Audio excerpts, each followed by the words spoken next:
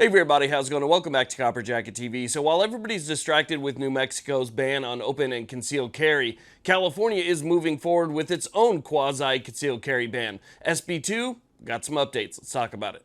This video is proud to be sponsored by LAS Concealment. Absolutely some of the best holsters that you are going to find on the market today, with a holster that will fit pretty much everything. As you can see right here, I have the Ronin 3.0. This is a holster and mag carrier in one. It is the most comfortable holster that I have ever worn. It's got bungee retention in the center. It allows it to move and conform to your body. So whether you wear this appendix or if you wanted to wear it at the 4 o'clock position, this is going to be the most comfortable holster that you own.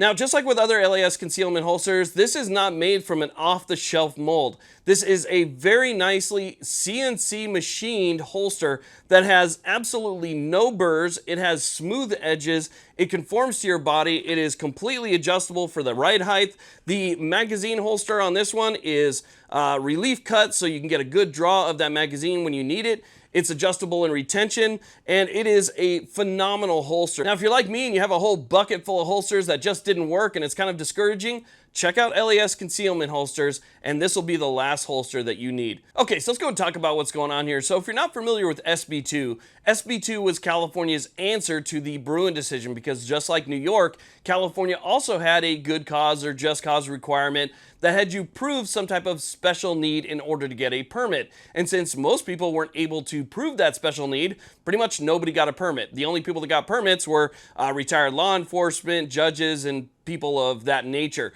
So in California, it was extremely difficult. California had to get rid of that good cause or just cause requirement because Bruen said that that's unconstitutional. So they drafted SB2, which was originally introduced back in December of 2022. Now, when it was originally introduced, it was the worst carry bill that I have ever seen. Not only was it nearly impossible to get a permit, it was also very costly and time consuming. But let's just say that you actually did get a permit under the original SB2. If you did, you still couldn't use it because you couldn't go about your daily life without crossing through some type of sensitive location or restricted area. So it was almost again like a quasi ban on concealed carry. California knows how to do these things well, and they know how to work around things so that they can just draft this new law, and it's almost like a slap in the face to the Supreme Court, just telling them, hey, we don't care what you're going to do. We're California. We're just going to go ahead and ban it outright, just in a different way that's going to be harder to legislate. So that's what they did originally with SB2. Now, SB2's been bounced back and forth between the Assembly and the Senate,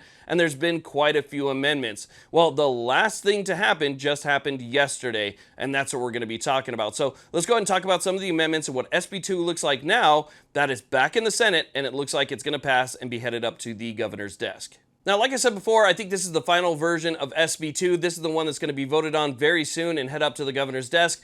I just read it this morning, and this is what SB2 looks like now.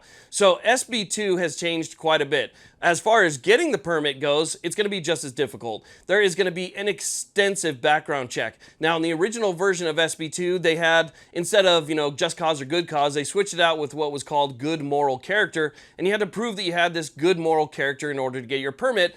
Though that language has been stricken, so that's not in there anymore, but they're still doing character checks on you. So again, they're going to be doing interviews, they're going to be going back in your past, they're going to be taking a look at pretty much everything to determine who you are. So the background checks are still going to be pretty extensive, including fingerprints and IDs, and basically all of your information is going to be required. It's going to be very expensive. As a matter of fact, they actually took away some of the safeguards that kept things from being overcharged or even more pricey. So it could potentially be very expensive to get your permit in California if you make it through the background check and all that stuff.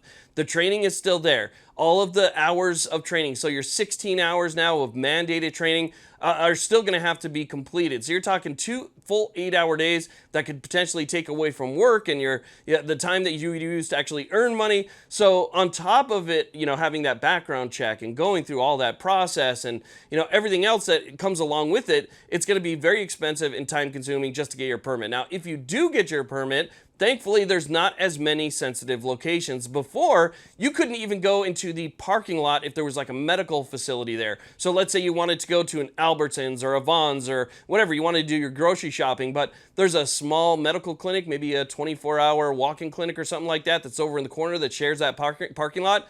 you wouldn't be able to go there. It seems like they've pretty much done away with a lot of that language and limited the sensitive places, but the sensitive places are still bad. They still include churches, and that includes the parking lot, that includes the sidewalks adjacent to it, school parking lots, sidewalks adjacent to that, public transportation, mass transportation, airports that include, again, parking lots and the sidewalks that are adjacent to it. Basically, what they did is they took a lot of the existing places that were already off limits. So if they were off limits before, they're still going to be off limits now, but they expanded the boundaries around those particular areas. So there's still going to be a lot more sensitive locations than there were before, but it's not quite as bad. So while SB2 did change, it's still a very bad bill and could lead to a lot of people getting into a lot of trouble. It's still like a quasi carry ban because while there's no more good moral character, good cause, just cause, or anything like that, it's still going to be very difficult for most people to be able to get a permit.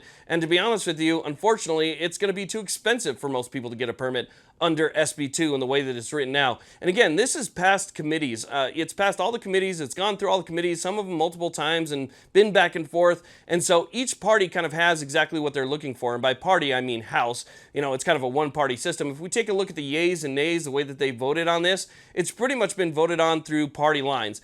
California, the Democrats there have a super majority, so they pretty much control whatever they want. And you can look at the yays and nays, and you can compare them between Democrats and Republicans, and you can see right down the middle is the way that it votes. But again, there's just not enough votes on the other side to stop SB2 from moving forward. So right now, as it stands in California, there's sort of like a limbo, right? There's sort of like a limbo as how things are supposed to be processed, and nothing's really uniform, and it's kind of up to each county and how they do things. And while this is going to create that uniformity post-Bruen, it's not a good uniformity at all. And it looks like, again, like I said before, this is the version that's going to be headed up to the governor's desk. I mean, we've been watching this one very, very closely, but SB2 looks absolutely terrible. So again, while everybody's distracted, California just keeps doing what it's always been doing, adding more and more restrictions pretty much every single month. And every year on July the 1st, we talk about all the new laws and all the new things that have, starting to take effect. And it looks like this is just going to be the next one. However, this one looks like it'll take effect pretty much immediately once the governor signs it. So it's going to be really tough. California's response to Bruen is we don't care what you came up with. We'll go ahead and we'll make some changes, but it's going to be just as difficult as it was before, just in a different way. So I wanted to let you guys know about that bill that has been slowly moving, has been seeing a lot of movement over the past 2 or 3 weeks. So it looks like we're going to see something finalized here very, very soon. And I'll let you know when the governor actually does sign it, because this is exactly what he needs and exactly what he wants. So when he signs it, I'll let you guys know, and we'll see if this is the last and final version. So again, thank you all very much for watching. I really do appreciate it. Please like, subscribe. You guys have a great day.